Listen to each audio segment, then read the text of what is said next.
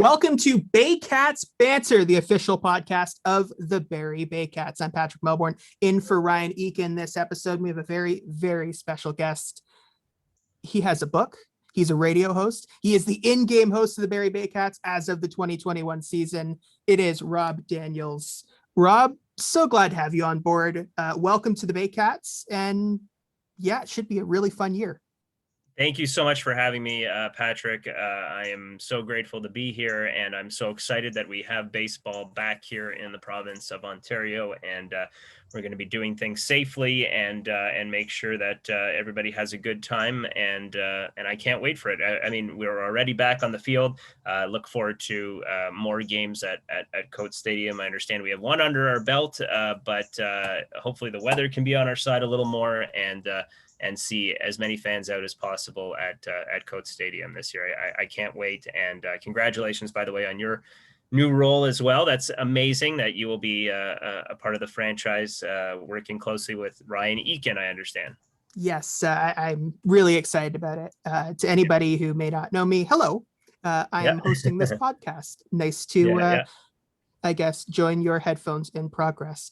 Fans will be seeing a whole lot more of you throughout this season. You're going to be doing the brand new in-game host role for the Barrie Baycats. Yes. What are you looking forward to about that?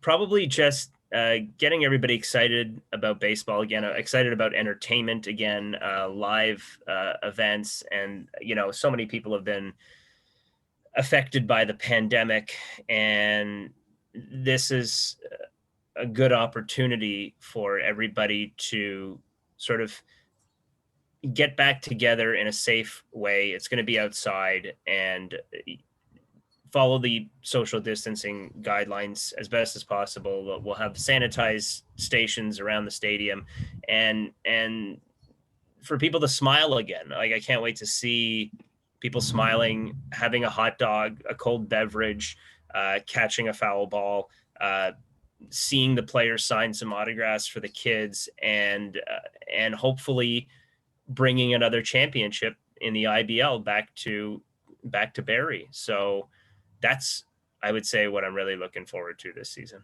Is that your favorite stadium food, the hot dog, or do you go in a different direction? Are you a hot dog guy for the stadium, for the baseball stadium?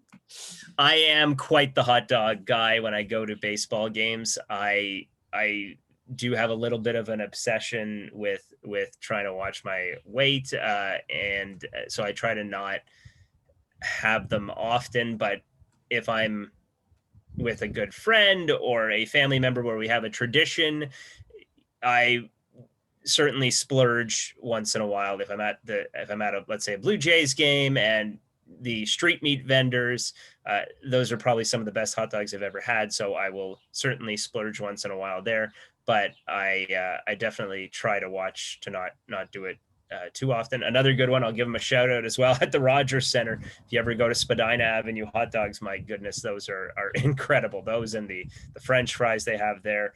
So to see all that food come back out at Coates Stadium and people smiling and enjoying baseball, getting their favorite Baycats items at the gift shop, normalcy is Absolutely. Sort of what we need again, and seeing that and being around it and hearing the sounds of the game is going to be the best, in my opinion. So this should be a lot to look forward to. The summer is still young, and again, hopefully we can bring a championship back to Barrie. You've set me up perfectly to move on with this and get really rolling, but I want to move back and ask you what your favorite hot dog toppings are before we do. Yeah, absolutely. So I love, what do I love? The like pickles. Like it depends which hot dog. Are we talking about, like the street meat kind? Let's go Baycats game. You're sitting down. You're right behind home plate. Yeah. What are you thinking? I'm thinking mustard, ketchup, mustard, ketchup, relish, onions, olives, both sets. I'm like an all dressed kind of guy. I'll have whatever you got there. Like even these little, if you have some little bacon bits, throw them on there. And I love that with, some French fries. So that would probably be my vision if I'm sitting behind home plate at a Baycats game, to have something like that. And to go back even a little quickly further on your other question, yeah, like to look forward to that as well, seeing people in the crowd being on the microphone while they're enjoying their whether it's their the merchandise that they picked up, or the new merchandise, or the food that they have, seeing them smile, catch a baseball, and incorporate some of these new fun icebreakers into the in-game host duties, and really turning up the engagement level a notch at the stadium. And I'll find ways. We're working, it's in development, we're finalizing it, ways of turning up the engagement to the next level in terms of fans really enjoying the experience at the ballpark. So we will be checking in certain innings with certain games, icebreakers, ways to win tickets to another game, perhaps, or merchandise items. Your favorite sweatshirt you found at the gift shop, perhaps we give that away at some point, and they'll all be incorporated somehow throughout the innings of play at the game. So it'll be awesome. Is that breaking news we've got here on the official Baycats podcast? It sounds really, really cool. A lot more ways to get engaged alongside the baseball itself, which I think is going to be a huge draw. Every member of the family, anybody you bring, I think would be in really good shape to have a good time at Coates Stadium this season. You mentioned getting back on the mic. You are a radio host at Z1035. Yep. Z1035, yes. I'm Canadian, right? We're all Canadian. So we're all Canadian, so we got to say Z1. No, sorry. Z1035, if we must. There we go. It's all good. Yeah. So Z1035. Yep. But yeah, you're a radio host. If people come into the stadium and see you doing your hosting and want to know a little bit more about you, what kind of stuff draws you to engaging with fans and being on the radio? What does Rob Daniels find appealing about all that kind of thing?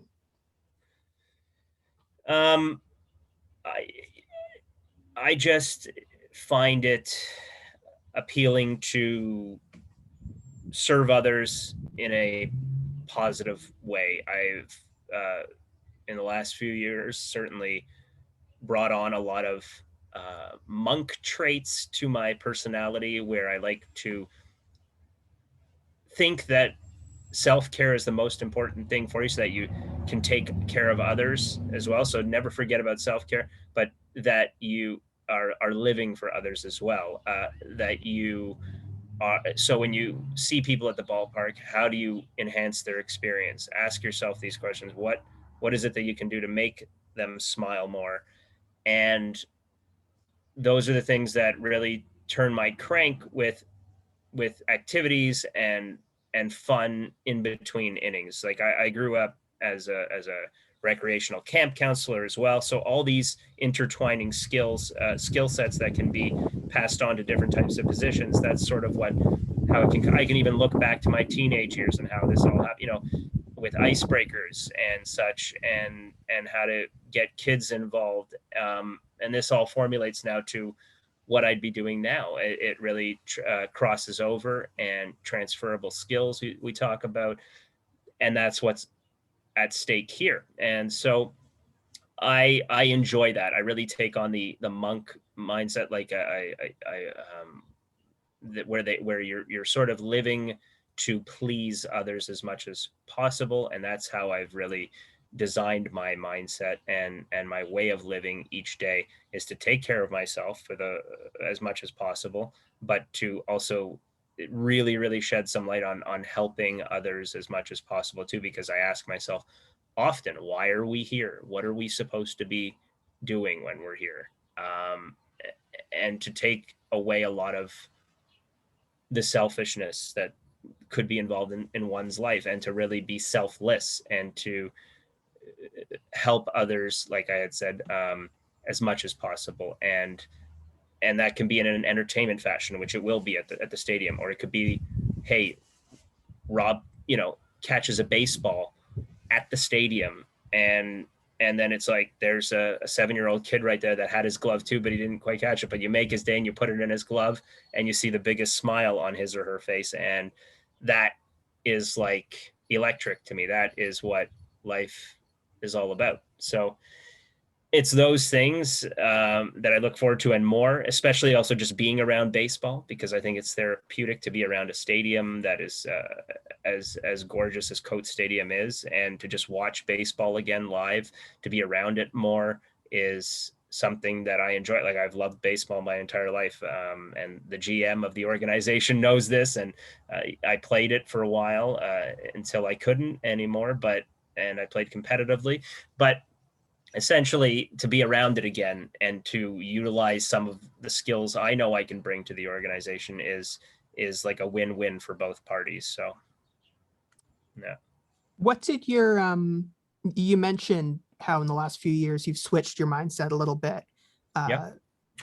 What's the timeline kind of going back to, you really like baseball, you got into baseball at a pretty high level and then switched to radio and public appearances such as hosting. Can you tell me a little bit of background with your baseball side and then how you got into radio? Yeah, sure. I played baseball for a while growing up and played competitively. And so when I played competitively, there's usually an end point at that. It's either you're gonna go on to play professional baseball and then you eventually retire, kind of thing, and that's your end point. But for me, my end point was I knew I was, when you're someone that understands yourself and where your limitations are, and you can be limitless to a certain point. I'm also very, I try and be as real as possible, as well as realistic. So where could I take myself at that point? I knew in terms of competition what the skills I could provide on a baseball field, but I knew from a standpoint in the level of how far I could take my game. I don't think I could have gone farther than college baseball. It's not like you give up on it, but Right. it's again the realistic point of it. So I had been in touch with so many colleges in the U.S. In my last year of high school, and my dream was the final sort of dream with it, because you start to become okay with realization when when you have this dream. So the realization is, yes, I've seen the competition next to me, and I really feel like you're either going to be an accountant or owner of a construction company and can be a construction company. It's very difficult to transfer those skills. And Right. my skill level was not going to be at a major league level. It's just you're great at some things and you're not. And I wasn't great at taking it to the next level. I pushed myself as far as I could. And I thought to myself in that moment, the last thing I'd like to do as a baseball player is to play college baseball in the United States. And so I had lots of applications going, and you've heard about scholarships and such. Yep. And it's really difficult to get a full scholarship. So I was looking for partial scholarships, because I knew my skill level wasn't going to get. There was probably something like 11 full scholarships per school back 20 years ago when I did this. Mm-hmm. And I bought the book on trying to find yourself a sports scholarship in the United States. And I remember seeing it, and the NCAA, something like 11 and a half full scholarships, whatever that means. There was a decimal point, 11.7 full scholarships for NCAA Division 11 full scholarships and 70% of, no, I'm kidding. Yes, sorry, there you go. You learn something new every day. I made that up just to be clear. No, it's okay. Yeah, there you go. And 70% of it. Oh, so there you go. But that could really literally be what that is. And they probably spread that 70% out amongst some of the players. And right. So 11 full scholarships, if you were to, so to speak, and per NCAA school. And so to get that was really, really difficult, because everybody in the US is that are training at baseball are at elite top levels. And we have great baseball programs in Canada, but there's, from experience, I can tell you, the United States is next level when it comes to college sports. It is, 100%. especially football, Yep. baseball, basketball. It is, you know, to go there is, you're really got to be at the top of your game. And It's a place where you could buy like the pro baseball season preview and get college information in the back of it. Like it's massive. Yeah, it's massive, and some people go to more college baseball and some people go to more college football games than they do in the NFL. Like they get something like 115,000 people at the University of Austin, Texas. I drove by that stadium once, the University of Austin at Texas, and it's 120,000 it can fit. I'm like, are you kidding me? University, it's bigger than the NFL, college football out there. And so that was a huge goal for me, a dream, a dream that was that I came to conclusion with, that said, okay, with my baseball, I would be so, with my baseball life, I would be so happy if I could conclude it by saying I played on a college baseball scholarship in the United States and be a part of a college baseball environment in the United States, which I got to do, and I'm so thankful for. But it also turned into a nightmare at the same time. And that is what is revealed in my book, which we will eventually probably get to. There is a chapter on that. And so from that, I had come home at 18 years old, and baseball just wasn't the same for me. Like I played one more season when I came home that summer of rep competitive baseball, the Thornhill Reds, and it was great, but I wasn't that into it, knowing that there was no longer a goal at stake. There was no more dream at stake. It was competitive baseball, but I had played competitive baseball in my mid to late teenage years of having like an end result. And I felt like it wasn't, there was nothing left in me. And I got really turned off the game at that point, at that summer. And I played one more summer, and then I sort of gave myself a break from the game, and that's where I turned to radio. Like radio had always been interesting for me in the college that I attended in Iowa when I played on the partial baseball scholarship in the US, and they didn't have a radio station there, and not much in terms of a media program. So I was like a communications major, and I was trying to do my best to intern at a radio station there while I was there, but the closest one was about an hour drive, or even more, maybe 2 hours, to Des Moines, Iowa. And even then, like I was 18, I didn't have a car out there. I lived on campus, so I couldn't really intern either. So that paved the way to coming home and reassessing my situation at 18, 19 years old. And that's when I had luckily, at the same time as all this happening in high school, I did get the bug for radio too. I caught the bug early at about 16, where I ended up I was at a high school radio station. So I was literally playing baseball, but had the radio thing in the background, and the backup plan was radio. And so that's what I went with, because baseball didn't work out in the end. And some people realized that, and I was one of them. And even though it was a dream, some dreams come true, some don't, and that one didn't.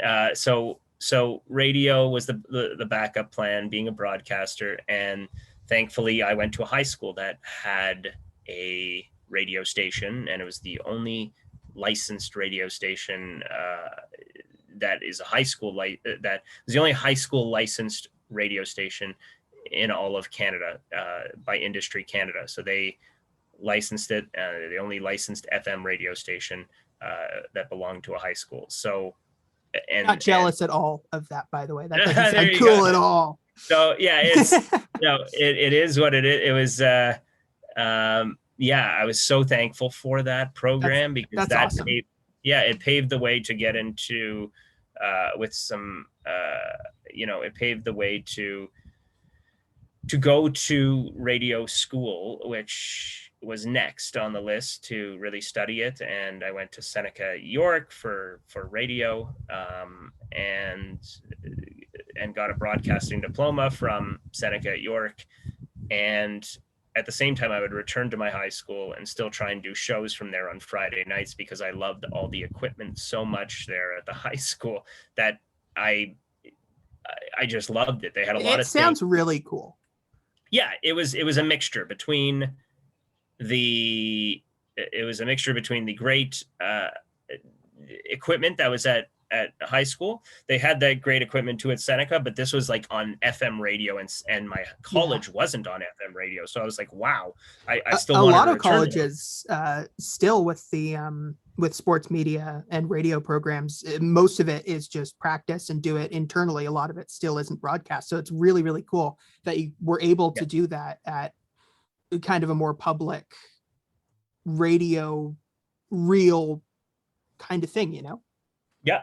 That was not a good sentence by me, but I think we got No. to the end of it. That's okay. That's okay. We're both new to this, and no worries. So yeah, that was essentially it. I went to Seneca, and the baseball dream fizzled out. I had always loved baseball. I still loved the game, Right.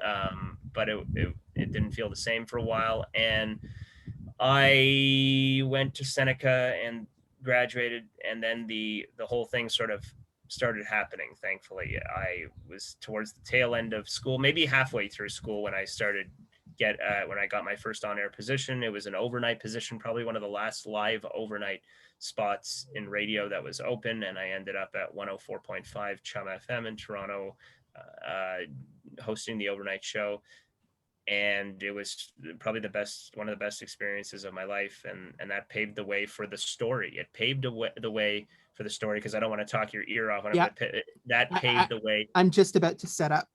Yeah. That's exactly it. So it paved the way for chapter 5 that's in my book, that really reflects on the entire radio story in vivid detail, because it was so therapeutic to just reflect and write in the moment, while also providing some tools and tips that could help others in their own life in certain chapters. So that's where it ended up, and it started at 104.5 Chum FM, and it went through quite a few twists and turns throughout in 20 years. Yeah.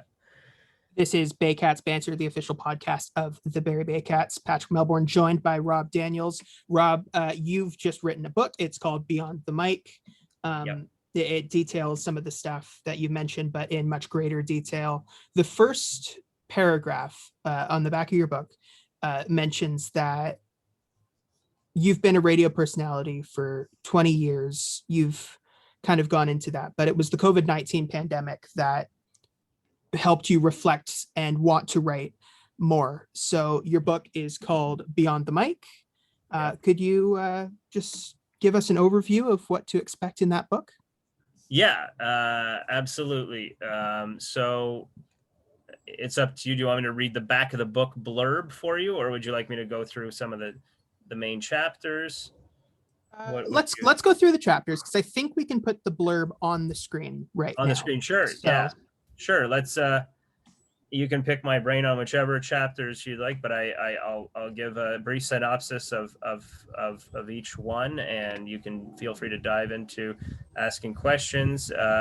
So there is an introduction to it, and the reason for the introduction is because of all the multiple aliases I've had in my life over the last 20 years, different names, nicknames, radio names. Who am I? What is my name? Am I this person? Are you the same guy as that person that was on the air in Montreal? Mm-hmm. And I'm all the same guy. So I sort of lay that out and talk about that a little bit, and reflect and really try and have a good attitude and a good laugh about it in the introduction portion of the book. Chapter 2 is chronic pain. So This is something that I go over a little bit because this is something that uh, we don't necessarily talk about all the time in life, and people have invisible injuries, and Yeah. I'm one of them. And I developed this in 2016. I was in a car accident, and I had had a little bit of back pain before my car accident. Then the back pain got worse in 2016, and then it went down my leg eventually, and now to my feet. And so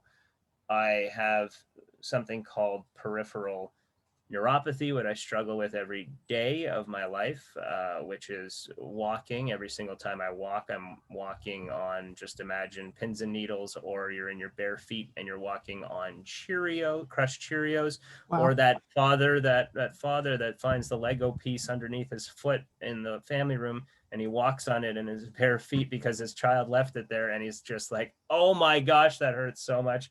And you'll get that once in a while too, as trying to paint the picture of what this type of pain is. And so I talk about ways of how to manage it. Um, there is no known cure for it. I am not going to give up on it one day having a cure, hopefully, but I have been at it so long now that it is a management thing. And Right. I've been to therapy for natural supplements.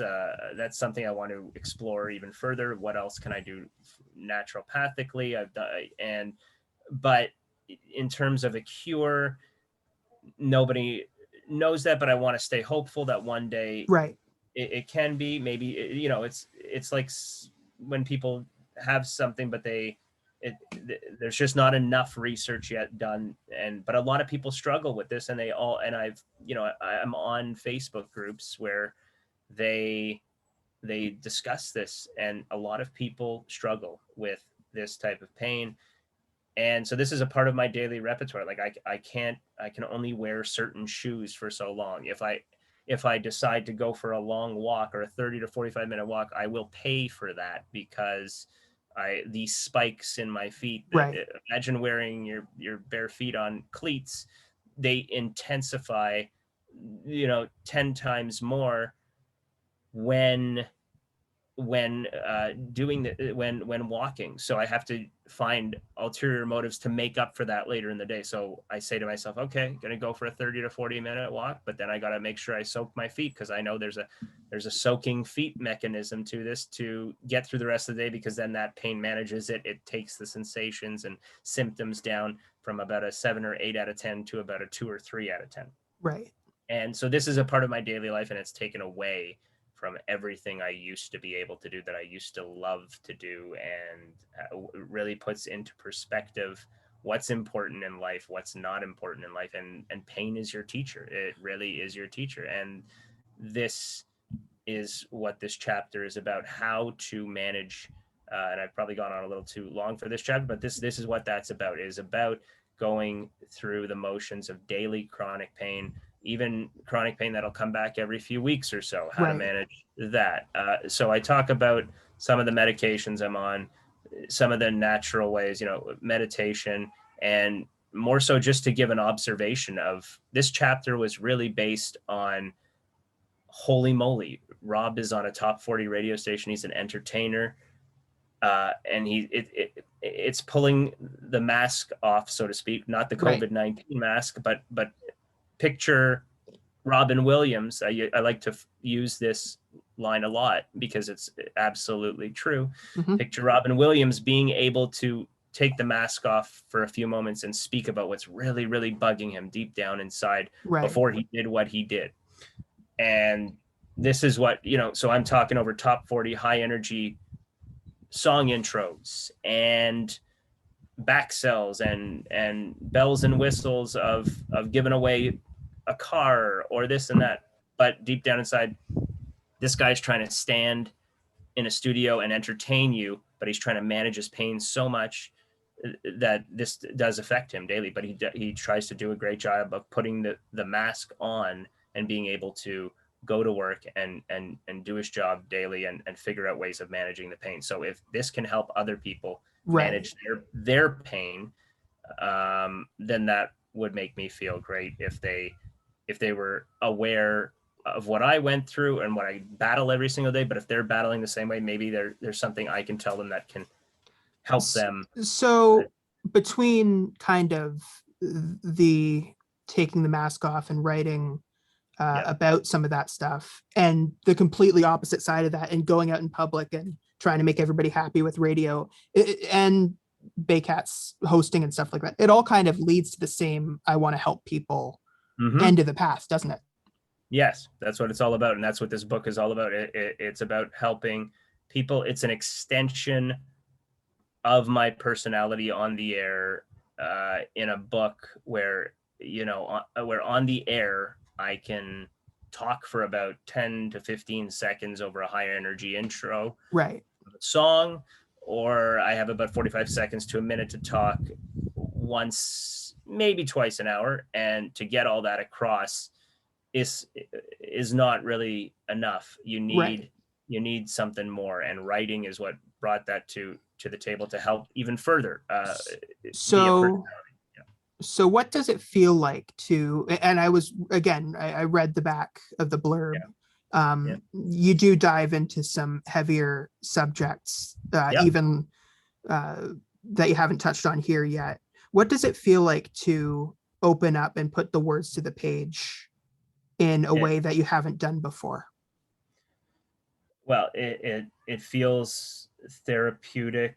It felt therapeutic in the moment. Like I can't tell you how many times I was just crying writing. And it, like, first of all, it's 3 o'clock in the morning, and anxiety and such keeps you up at night, or it wakes you up early, or pain wakes you up. And so when all these things wake you up and your mind is racing and you feel like you have a creative mind, what do? You try. And I find that writing at 3 in the morning, 4 in the morning was like amazing. And there was certain, if I can't sleep, then writing was something that was really, I was so motivated to write. I had so much thoughts and ideas, and wanted to put it to paper, and it felt amazing to do that. And at the same time emotional, because you're really reflecting on things that affect you every single day. But at the end, the end result again is how can I help people with some of these experiences that I've been through, and where's the learning element, so that someone that maybe is going through this can improve their life in the moment daily. And it's so important when you're going through something to find something real, even if it's not exactly the same, to find something relatable. So I think that could help a whole lot of people. Thank you. Going kind of, again, the opposite direction. I don't want to shift too far away from that, but you also go into more optimistic tales. You use funny and heartfelt stories at times. You mentioned, what was the most kind of on the opposite end of that, I guess? What was the most fun and interesting story on that side of things that you want to mention? Yeah, sure. The most fun would probably be the mom and dad chapter. We have some fun stories in there about my parents and me and my brother, and things stories I haven't really been able to, not really able to, but I was reflecting on more so in those chapters, and how it could entertain, it could make you laugh, because your family might go through the same thing as well. And with fun road trips that we've taken, and some of the things that were said, and how it could make you smirk a little bit and smile. Oh yeah, my family does that too.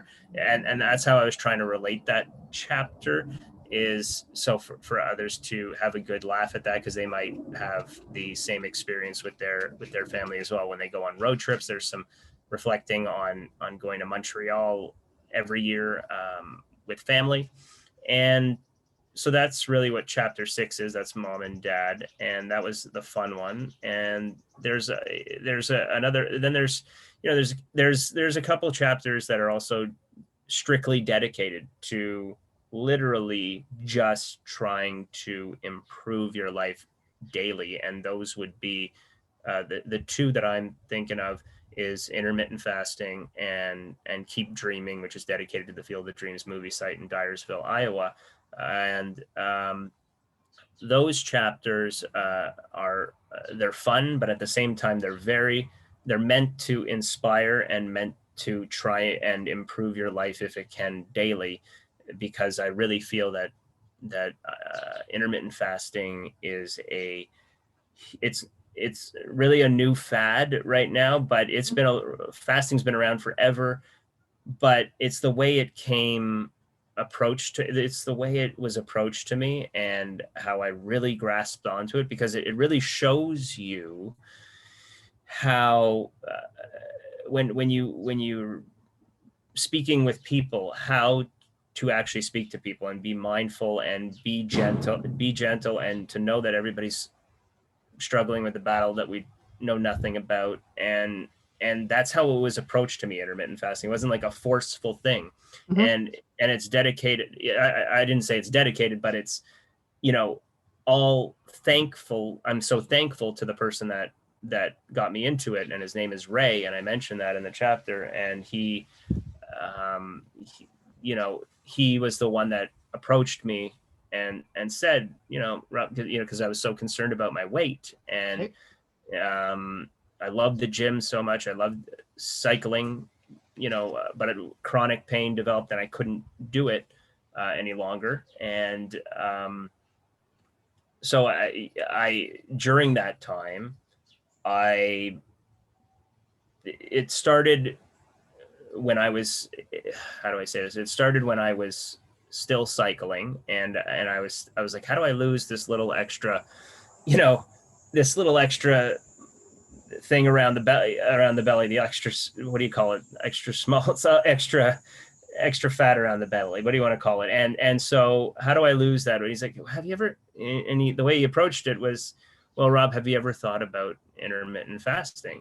And this was back in 2016, and people were not really talking about intermittent fasting at that point. He was really one of the first people on this, and it's very true, because I saw how fast it caught on maybe 2-3 years later. And he was really one of the first ones, and he taught me about it and told me about the windows of opportunity to eat and when you should be fasting. And for me, with anything that I do like, I start to become obsessive with Mhm. it. So I this has turned into what I would call somewhat of a healthy obsession. I've taken it to a non-healthy obsession, because I've gone longer periods of time, but I've consulted with my own family doctor and figured out what is the longest I can do it, where it's not necessarily a Just huge finding that balance, right? concern, finding the healthy balance. And so what it has, I've taken it to the furthest extreme possible in terms of a scenario where my doctor approves of it, which is a 23-hour one window, which is one meal a day, fast 23 hours a day, every single day. I don't notice it now, because a habit becomes a new habit. Right.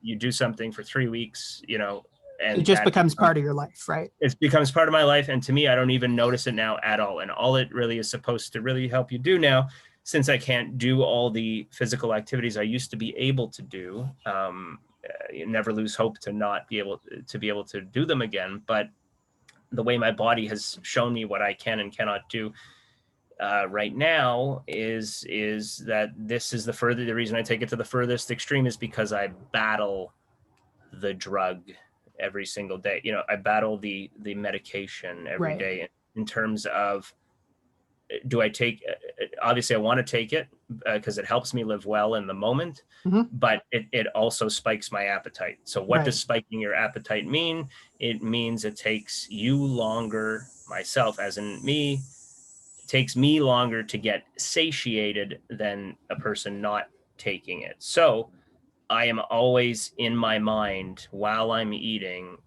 observing, analyzing, appreciating the food when it goes down every single day, because it teaches you discipline, one, and it also, but I have to, some days it wins the medication over me. It's like, and sometimes I win. It's back and forth because of when you eat too. And if the fast went a little too much longer, maybe you went 27 hours instead of 23 or 24. And so when it spikes your appetite, that is what happens to you. It makes you, it takes you longer to get satiated. So it's very difficult to not gain the extra 10 pounds that it is really actually doing to you. That's what my family doctors told me. That's what I've sort of looked up. Right. And I guess that's what I was thinking, just finding that balance and making sure family doctor is on board and working with you and everything. And then you can find that and get comfortable with it, right? And I think it's the most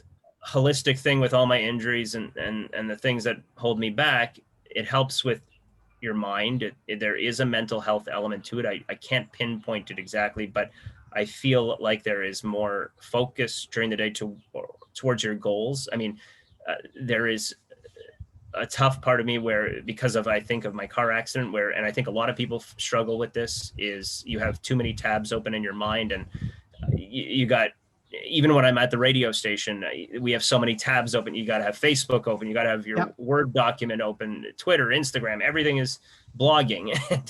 So that is sort of what's going on in my mind sometimes, as, and that could be relatively a cause from my car accident. That focus is something that you struggle with. So you really have to be mindful and aware that that's happening. And then you remind yourself and you're like, oh, okay, I'm catching myself now. Rob, focus on this one thing now, and so that's what it really, I find, makes my dreams and my goals more vivid, and being able to put it to paper, being able to, it probably helped with even writing this book, because just intermittent fasting, it gives you more, there's a mental health side of it that I can't quite figure out, but it feels really good in the moment and right up until the fast and ends. And so that's why I've taken it to such an extreme, because I can't do I can't kill the calories that I used to be able to. I walk, try and do a lot of walking. I have like an arm cycling thing that I can do.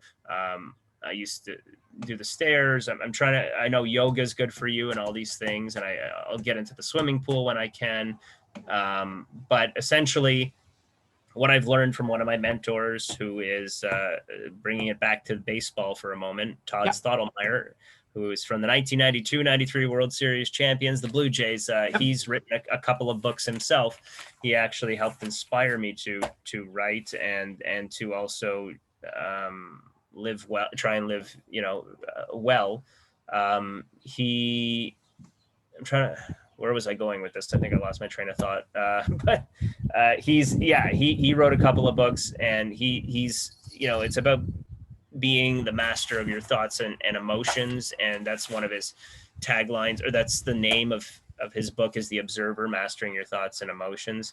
And really, fasting does that for you. It makes you become aware. Sometimes you just need to talk to yourself and say, yeah, I'm hungry now. It is, but you know what? Maybe I'll just have a little bit of an espresso now. It's 3 p.m. As long as I don't have it past 4 o'clock, let's say, should be okay. Drink my water. Boom. I can have my meal at 5:45 p.m. and really enjoy that meal, but still eat relatively healthy. And I'm not trying to promote any sort of unhealthy lifestyle at all with intermittent fasting. Trying to promote, it's all about finding what's right for you, right? Finding what's right for you. Right. And this is what the chapter is that this is advice that has worked for me, and maybe it can work for you. But at the end of the day, advice, I guess even if that specifically doesn't work for you, maybe it could help you find something that does. Yeah. And my advice at the end of the day fully is always do what works for you. If breakfast and 3 meals a day works for you, and you're happy with that, and you feel like you can get accomplished, you can your tasks through your day, and you feel well in the moment, don't change anything. Don't do it. This is just for people that are struggling, that need a helping hand, that may want to try something new. How it's impacted me in about 5 years or so straight has been, I find it the most incredible thing to me, because of the discipline aspect, and one of the best things that people don't really related to, or sometimes they do, is the fact that it's less cooking. Like you have to have one meal a day, make sure it's healthy and satiate yourself, and the rest of that you don't have to worry about bringing your lunch. You don't have to have breakfast in the morning. All these meals, you can really focus on the tasks that you need to get done in your day, and feel like that meal is a reward at the end of the day. And that's what I've really done with it. And I try and eat as healthy as possible. I'm not perfect like anybody. I'll still have, there's some chocolate pieces in a granola bar at the end of my meal, but I definitely have all the proteins I can have and pound on the peanut butter, some eggs, some chicken with salad right from the ground. I'm doing this interview with you right now from my in-laws' garden, which is like an oasis in their backyard. Nice. And their backyard, they grow lettuce right from the ground. It's straight. So I eat the best food possible I could imagine, from my wife's mom, who is incredible at that. And we're trying to save up for renovation, so we're living at my in-laws, and we have a tenant and such. But one day we hope to move back home, but right now this is what we're in, and we're happy with taking it day by day. And intermittent fasting helps. And the other chapter I would sort of say is the keep dreaming one I was saying. So that's the one that is influential as well, in terms of, I would hope to be positively influential, that people would take from that. I mean, you can get the picture when with those two words, keep dreaming, and then it's dedicated to the Field of Dreams movie site in Dyersville, Iowa. So what that's all about is to always keep dreaming, no matter what. You might have some dreams that come true, some dreams that don't come true. Some of your vivid thoughts in terms of your goals and such might not come true, but don't give up entirely. Always still fuel that fire, and feel the fire of trying to better yourself every day, to chase goals and figure out what they are, write them down, or take mental notes, whatever works for you, so that you can excel daily. And that's what that's about. There's a lot of reflection on a dream that came true there, because that dives into a great fellow in Iowa, whose name is Roman. He is the CEO. I forget his title. He is I'm sure he'd be fine with CEO. Yeah, the that's CEO. pretty high I up guess the president. I'm not sure. Oh, sorry, that's it. The operations manager of the Field of Dreams movie site. So the operations manager of the Field of Dreams movie site, and his name is Roman, and he fulfilled my dream of working out there in 2019. And it's a funny story that I reflect on, really, that is, again, to inspire you to chase your dreams. My dream was to work there, but I didn't think it was possible. It was kind of like a joke at first, because I entered a contest to try and win a gift card to the Field of Dreams gift shop, and I won the gift card. And I couldn't believe it. And he was asking me all kinds of questions, like, okay, well, if you're in Canada, can I get all your information so I can get this gift card to you? We'll mail it off to you. I don't think they had an online thing to be able to send it, so it's gonna mail it out, I guess. So if I was ever there, it was possible. It was either that, or I could be mistaking myself. Either way, he was asking for my information to try and win the card. It's not the important part of the story. So taking my information down, and I'm like, you know what? Before we go any further, can I just say, like, there's got to be someone out there that's an even bigger fan of this movie than I am. Like, I love this movie to death, and I watch it with my father every single time. We cry, and it's a movie that I will never forget. It is the movie for me, and there's so many aspects of it, with dreaming, with relationships with your father and mending those, and if you had a bad relationship, and how you can mend that relationship. There's so many lessons in that movie, and it's all generated around baseball. So obviously it was my favorite movie, and he fulfilled this dream of mine when I said, can you give this gift card to somebody else, because I just want to pass it on. I feel like it's a good gesture. And he's like, well, that's really nice of you. I've never really heard of that before. And I'm like, yeah, listen, I mean, I really think, it would make someone else's day. That'd be great. And I'm like, but can I just ask one small thing? Um, in return, it doesn't have to be in return, but can I pick your brain about it? I've always dreamed of working at your field. I don't know Mm-hmm. how I could do this. I'm a Canadian. I'm like 16. I don't know how many hours away of a drive to Dyersville, Iowa, from the GTA. Yeah. But I'm so far A here in lot. the Midwest of the United States, and I just want to work for you, but I don't know how. How can I? And he was picking my brain. Well, what do you do? And do you have a resume and stuff? And I told him about broadcasting and such. And because of the distance, obviously, that is involved, the only way that this came to be about was they had an event that they needed a host for in the month of June in 2019. It was to celebrate the U.S. Army. It was Military Appreciation Day at the ballpark at Field of Dreams, and so they needed a host, and they needed a PA guy. Exactly my exact vivid dream. PA guy, be the guy on the mic, in-game hosting at the around the field, and even call some fun play-by-play for one of the games that was going on at the field that day. I'm like, oh my gosh, are you kidding me? Like Sounds between awesome. But yeah, between him liking the demo that I sent in and the resume and me voicing some commercials for him, it turned into this thing where he took a chance on me to just bring me out there for one full weekend, to stay with him. Even he housed me.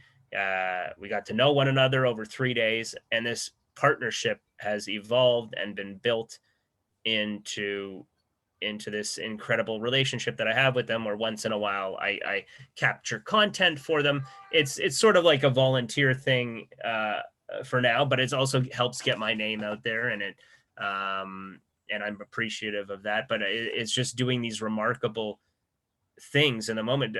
A dream doesn't have to necessarily be something that has to involve payment. It could be that you work a job and you don't necessarily like your job. You're trying to find something that really does excite you, but you work that job to pay the bills. But then on the side, what are you doing with your 6 p.m. to 11 p.m. like every day? Try and find that thing that excites you, so you have that part of your life excited. And then maybe one day that 6 p.m. to 11 p.m.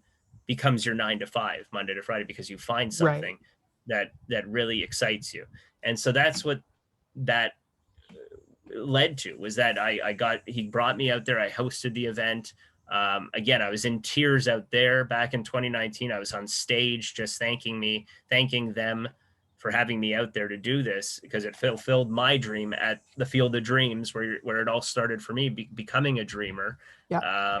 And I was out there and I couldn't believe it. It's surreal. It's like what I'm doing right now, where it's like, it's surreal that I'm talking about my story, because I know it's inspiring, and I'm overwhelmed with joy, because I just want these stories to help others. So if you haven't dreamed before, think about what it is that excites you, your goals, your ambitions, and really dive into those. The sky is the limit. Chase the dreams that make sense for your life. I battled that as well too. Like, family is super important to me, so I want my family to be a part of that right now. My wife and my kid, and my wife has followed me to all of these dreams. She's come with me to different areas of Canada to be in broadcasting, and those were dreams. And this, she was supportive of, and it was the most incredible thing in the world. I can't even tell you that what it was like to sit on the Field of Dreams and watch the movie on the field while having, can I say it on the podcast, having a cold beer, while watching the movie on the Field of Dreams after hosting the entire day, fulfilling your dream of hosting at the Field of Dreams movie site in Dyersville, Iowa. Here's this Canadian guy going out there doing that. And That's and awesome. it was the most magical thing that I have ever been a part of. And because you're also helping the military out there, I was given a form of a pendant that when you help out the U.S. military, they give you this almost like a small little medal, but and just for helping out and being a part of that day, so that would help the U.S. military that day in terms of Military Appreciation Day. And the vibes just came out all day that day. The 21 gun salute, the U.S. anthem, and standing on stage there was outstanding. And I remind him often that he really did fulfill that dream of mine. And that's what they do out there. They try to help as many people and encourage people to be dreamers. And I'm so supportive of their brand and everything they do out there. I'm thrilled for you that you got to experience that. It sounds literally like a dream come true, as corny as that kind of is to say in this context as a response. I can't think of another way to describe it. And listen, like the chapter is that in itself, but what I want people to take away from it is that that's what the Field of Dreams does for me. So it's not like I want them to really understand those words of excitement and encouragement of chasing your dream. And it's not just the Field of Dreams. Right. Sorry to interrupt. Yeah. A lot of this seems like they're your stories, but they're not just your stories. They can also kind of lead you to your own path, which might not be the same thing, but it could help you find it. And if I could just touch on this quickly, is that, and so it's like, what lights the fire inside of you? I know for my wife, what does it is Disney World. She absolutely loves Disney World. And so that's the feeling she gets. She loves it there. And she's like a kid in a candy store. That's the way I am at Field of Dreams. So everybody's got their thing that makes them feel like that, or at least you would hope they do, because that's a special feeling to have. So whatever it is, I just want you to keep doing more of that, because we're not guaranteed tomorrow. We're not guaranteed 5 minutes from now. We only have now. So do more of that stuff in the now. And that's what that chapter is about. So it was incredible. Really, 2019, the summer, it was magical. It led to that experience. Speaking of Disney, it led to that experience where I got to cover an event for Field of Dreams in Buffalo that year at the stadium that housed the Toronto Blue Jays. Yep. Salem Field, before it turned over into Blue Jays land, and it was the home of the Buffalo Bisons. Yeah, it was. They'll be coming back, I hear. Yes, they will be coming back, from what I understand. They are set to when the Blue Jays come back here. So it was incredible. What happened was I covered an event there, and Dwyer Brown, who is the father in Field of Dreams. So get this, he's the father in Field of Dreams, and he was going to be signing autographs there that day at the ballpark and signing his book. And I'm like, I have to be a part of this event. How can I help you again, Roman? So from Toronto to Iowa to Buffalo, he let me do an Instagram takeover for the Field of Dreams account to sort of capture Dwyer Brown's appearance at the ballpark that day. I got to play catch and relive that scene at the end of the movie where Dwyer Brown plays catch with Kevin Costner in the final scene of Field of Dreams. I got to reenact that scene with him on camera. I still have the video of throwing the ball around with him, like, and say, "Hey, Dad, do you want to have a catch?" And we reenacted that scene, and then it led to him signing a baseball for me, which I asked him to sign a baseball, and he signed it. And he's like, "Can I just write something for you?" And I said, "Sure." What, like an inscription? What? And he wrote on the baseball, "Go the distance." That's one of the what's one of the phrases that's in the movie, "Go the distance" in Field of Dreams. And so I'm like, "What do you mean, Dwyer? What do you mean, go the distance? What am I supposed to do with this?" "I don't know, Rob. Use it towards your own life. How is it going to shape your own life? That's how I'm going to leave you with this. Use it towards what would work for your own life." It's kind of the same thing you did with the book. Yeah, and it is. And so in that moment, what made sense, because this again goes back to my monk-like living. I'm not exactly like a monk, but my thoughts of a monk is how can I pass this forward again? How can I so what led to the next opportunity was go the distance meant to me, well, I needed to plan something for my wife's big 40th birthday. What did go the distance mean? And that I brought up in this interview so far is that she loves Walt Disney World. So I tried to fulfill her dream for her 40th birthday of going there, but not only going there, but trying to take it a step further and getting her into Cinderella's palace, the bedroom that is in the top of the palace area of the big castle you'll see at Walt Disney World. And so only millionaires and really, really, really high-end celebrities can get in there. And so it never happened, but we got so close, sort of like my college baseball scholarship where you fulfilled the dream, but it wasn't exactly how it panned out that you wanted it to pan out. So we got there, we went to we got as close as we could to there. We did a tour of the castle. We had lunch in the castle, all things that she had never done before, where she was on cloud 9, smiling from ear to ear. If I could see that smile on her face like that every single day, I would do it a million times over, because that smile was dream fulfillment.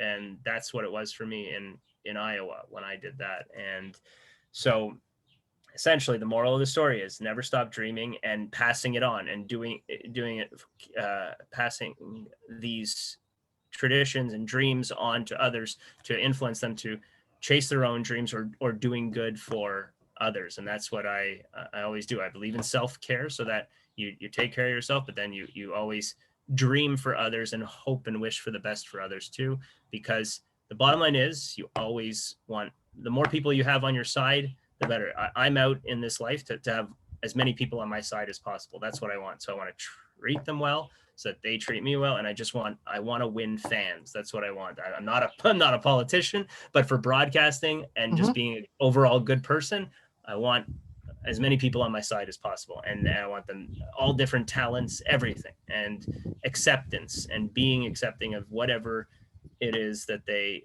bring to the table in terms of, not being discriminative about anything. You hear about this all the time in the news, race and what your sexual orientation is. None of that. Just we are people. And how do we help people be the best version of themselves? And that's what this book positively does, is to try and make you the best version of yourself by learning from some of the lessons that I've been through. And hopefully, again, that you find it influential positively for your life. Talking to Rob Daniels. This is the Baycats Banter podcast, episode 8. I'm Patrick Melbourne. Rob, we're running short on time, so I am going to start wrapping it up. Sure. This book, it looks like it's available both physically and digitally. Where can people check it out if they want to? Yes. So this book, Beyond the Mic, Rob Daniels, I can't believe I'm saying this, but it's amazing. It is. I'm so thankful that it is now been brought to market. It is available at Amazon.ca and Amazon.com. It's available in paperback, and it's also available in ebook format. So like if you're a Kindle member, even if you're not a Kindle member, even if you're not a Kindle Unlimited member, you can still purchase it. And so that is up on Amazon.ca, Amazon.com. Again, paperback, ebook available now.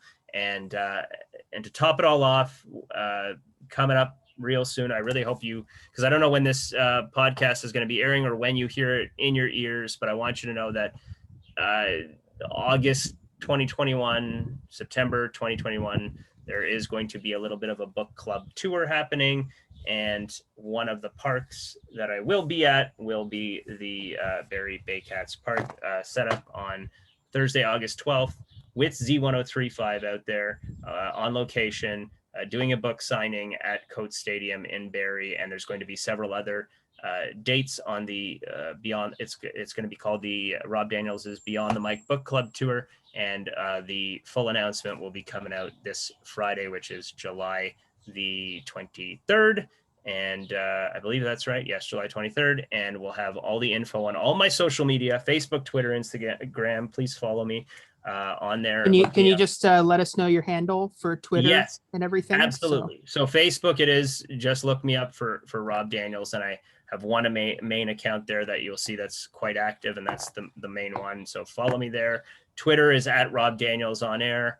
Instagram at Rob Daniels 1983. And the best news about all this as well, it really gets the Baycats name out there as well too, because these book club tour days will be mentioned on Z1035's social media and perhaps, I believe, website as well, coming up as of this Friday.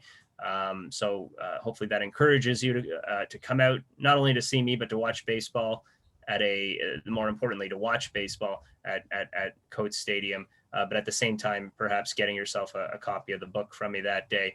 If you want it signed, I'd be so happy to do that for you.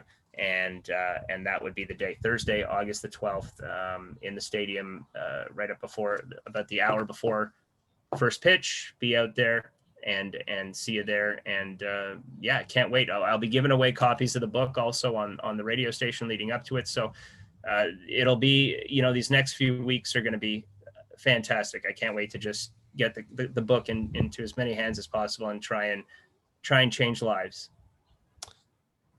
Rob Daniels, the brand new in-game host for the Barrie Baycats, also has the book Beyond the Mic, also a radio host at Z1035. Thanks for joining us today, Rob. So much fun doing this. Thank you so much for having me, Patrick, and I look forward to seeing you at the ballpark. This has been Baycats Banter episode 8. Ryan will be back. I'll be back at some point in the future too, with more episodes on Baycats TV or wherever you get your podcasts. For now, though, have a fantastic rest of the day.